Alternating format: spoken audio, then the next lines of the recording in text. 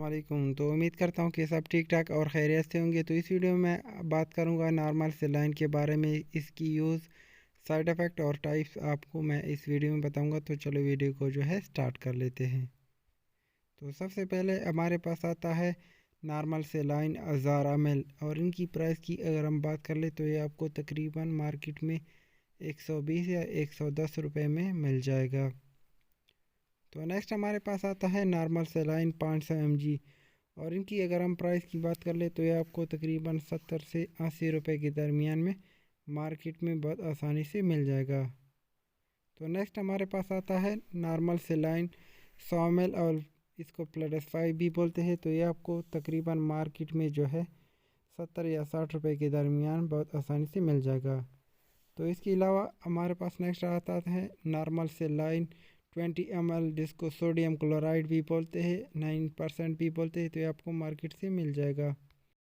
जान लेते हैं नॉर्मल सेलाइन का यूज़, यानी इनका इस्तेमाल आप किस कंडीशन में कर सकते हैं। तो इनकी अगर हम फार्मूले की बात कर ले तो इनमें आपको 9% जो है सोडियम क्लोराइड मिल जाता है, यानी इनमें आपको नमक का पानी मिल जाएगा। तो इनका इस्तेमाल आप डिहाइड्रेशन, जिस्म में पानी की कमी अगर हो तो आप नॉर्मल सेलाइन का यूज़ कर सकते हैं। अगर आपको डायरिया है या वोमिटिंग हो रही है तो आप नॉर्मल सेलाइन का यूज़ कर सकते हैं। अगर किसी पेशेंट का बीपी यानी ब्लड प्रेशर जो है बहुत कम है तो आप नॉर्मल सेलाइन का यूज़ कर सकते हैं। अगर आपको कोई इंजरी हुई या एक्सीडेंट हुआ है और आपका ज़ख़म वगैरह है तो ज़ख़म को साफ़ करने के लिए आप नॉर्मल सेलाइन का यूज़ कर सकते हैं। अगर आप नेबुलाइजेशन मशीन इस्तेमाल करते हैं तो इनमें आप नॉर्मल सेलाइन का यूज़ कर सकते हैं।